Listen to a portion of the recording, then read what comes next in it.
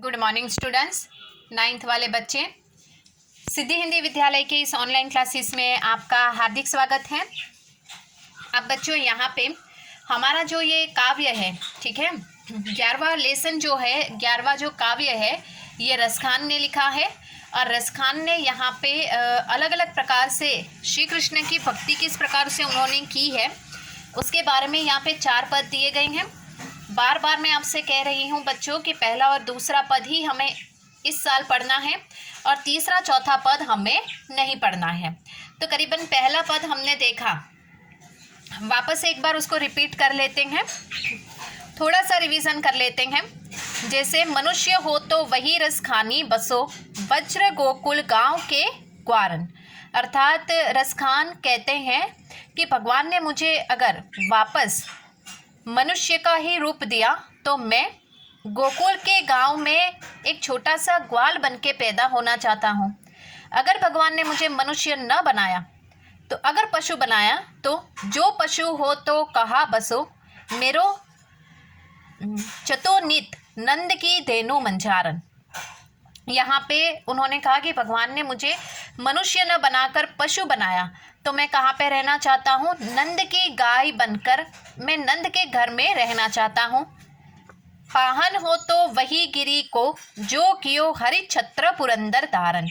पुरंदर यानी इंद्र, हरि छत्र यानी कि जिस प्रकार से ईश्वर ने, हरि यानी ईश्वर ने छत्र के रूप में जिसको धारण किया है। पाहन यानी पत्थर।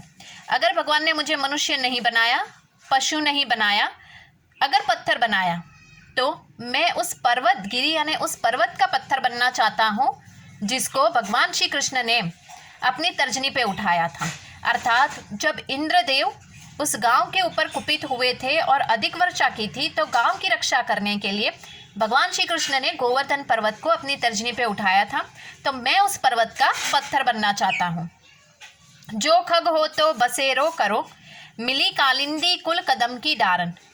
खग यानी पक्षी। रसखान कहते हैं अगर मुझे मनुष्य नहीं बनाया, मुझे पशु नहीं बनाया, मुझे पत्थर नहीं बनाया और अगर पंछी बनाया, पक्षी बनाया तो मैं कहाँ रहना चाहता हूँ, कालिंदी यानी यमुना नदी के किनारे, कदम के पेड़ के ऊपर। यमुना नदी के किनारे, कालिंदी यानी यमुना नदी, यमुना नदी के किनारे जो कदम का पेड़ है उसकी डाल पे मैं रहना चाहता हूँ। तो करीबन बच्चों यहाँ तक हमने देखा था। अब दूसरा यहाँ पे देखते हैं। सबसे पहले मैं आपको उसके शब्दार्थ बता दूं। लकुटी यानी लाठी, लकड़ी। कामरिया यानी छोटा कंबल। तिहु यानी तीनों, तिहु यानी तीनों।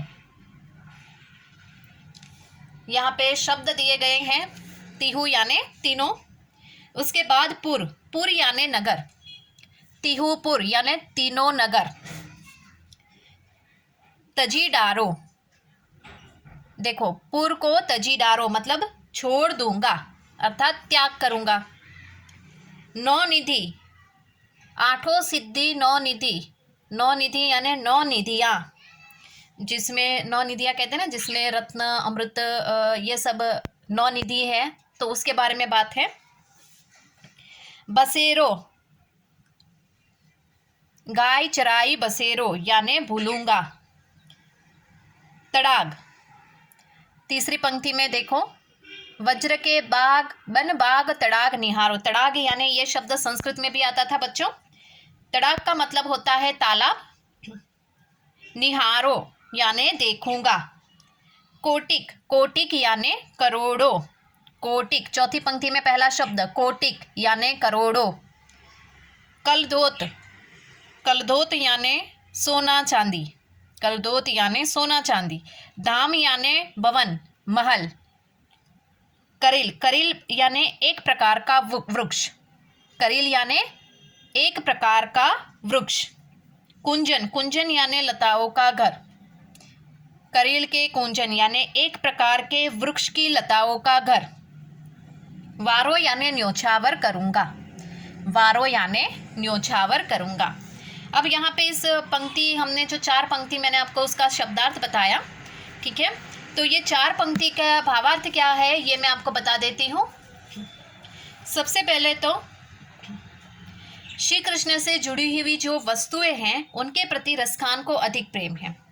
तो श्री कृष्ण की जो वस्तुएं हैं उनको लेकर रसखान कहते हैं कि जिस लाठी और कंबल को लेकर कृष्ण गाय चराते थे उसके बदले मैं तीनों लोकों का सुख त्यागने को तैयार हूँ।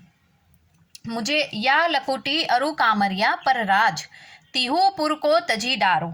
यानी वो कहते हैं कि भगवान श्री कृष्ण ने यहाँ पे जिस लकड़ी और जिस छोटे से कंबल को धारण किया था, अगर वो मुझे मिल जाए तो मैं इन तीनों लोकों के जो सुख है, इन तीनों लोक यानी पृथ्वी लोक, आकाश लोक और पाताल लोक, इन तीनों लोकों का जो सुख है उसका भी मैं त्याग कर दूंगा। अगर मुझे तीनों लोक का सुख मिले तो भी मैं उसको ग्रहण नहीं करूंगा, मैं त्याग कर दूंगा। उसके बाद 8 सिद्धि 9 निधि के सुख नंद की गाय चराई बसेरो। अर्थात यहाँ पे उन्होंने कहा मैं नंद की गाय को चराने के बदले 8 सिद्धियों और 9 निधियों का सुख भी भूल सकता हूँ।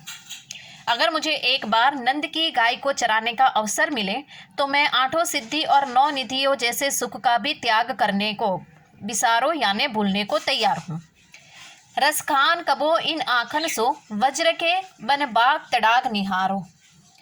रसखान कहते हैं कि मैं वज्र भूमि पर स्थित बाग, वन, तालाब को देखते रहना चाहता हूँ। रसखान कबो इन आँखों से, वो कहते हैं कि मैं अपनी इन आँखों से वज्र के बाग, बगीचे और तालाब को देखना चाहता हूँ। कोटिक एकल धोत के धाम करिल के कुंजन ऊपर वारो। रसखान ने कहा है इन पंक्ति के माध्यम से कि मैं इन करील के कुंजों में रहने के बदले हजारों सोने के महलों का भी सुख त्यागने को तैयार हूँ। यहाँ पे वज्र में जिस प्रकार से ये करील एक प्रकार का वृक्ष है, उसके ऊपर जो लताएं लगती हैं, उन लताओं से जो घर बनाया जाता है, मुझे वज्र में ऐसा कोई घर मिला रहने के लिए तो मैं यहाँ पे करोड़ों प्रकार के सोना चांदी से बने हुए अगर महल भी होंगे तो भी मैं उसका त्याग करने को तैयार हूँ। न्योछावर वारो यानी न्योछावर करने को तैयार हूँ। तो बच्चों वापस एक बार मैं इन चारों पंक्ति का भावार्थ आपको बताती हूँ, ध्यान से सुनिएगा। या लकुटी अरु कामरिया पर राज दिहु पुर को तजी डारो। अर्थात यहाँ पे रसखान कहते हैं कि मुझे एक बार भगवान श्री कृष्ण ने जिस लकड़ी और छोटे से कंबल को धारण किया था वो मुझे मिल जाए तो मैं संसार के तिहु यानी तीनों, पुर यानी नगर, तीनों मतलब जो लोक, तीनों जो लोक है उसका भी मैं त्याग करने के लिए तैयार हूँ। 8 सिद्धि 9 निधि से के सुख नंद की गाय चराई बसेरो। रसखान आगे कहते हैं कि मुझे एक बार नंद की गाय को चराने का अवसर मिला तो मैं उसके ऊपर 8 सिद्धि और 9 निधि को भी न्योछावर करने के लिए तैयार हूँ, उसको भी मैं भूल जाने के लिए तैयार हूँ। रसखान कबो इन अखियों से वज्र के बन बाग तड़ाग निहारो। रसखान ने कहा है कि मैं अपनी इन आंखों से वज्र के बाग, बगीचे और तालाब को देखना चाहता हूँ। कोटिक एकल धोत के धाम करील के कुंजन ऊपर वारो। उन्होंने यहाँ पे अंत में चौथी पंक्ति में बताया है कि मुझे अगर इस जो करील का जो वृक्ष है उसके ऊपर की जो लताएं हैं, इन लताओं से बना हुआ घर अगर मुझे वज्र में मिल जाए तो मैं ऐसे करोड़ों सोने चांदी के बने हुए महल को भी वारो यानी न्योछावर करने के लिए तैयार हूँ।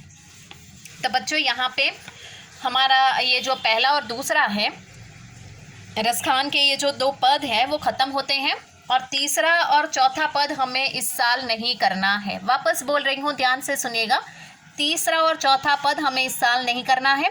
तो आगे वाले वीडियो में हम इसके साथ जुड़े हुए जितने भी प्रश्न हैं, पहला और दूसरा पद हमने देखा ना, उसके रिलेटेड जो प्रश्न है उसकी ही हम चर्चा करेंगे। तब तक के लिए यहाँ पे रुकते हैं। Thank you.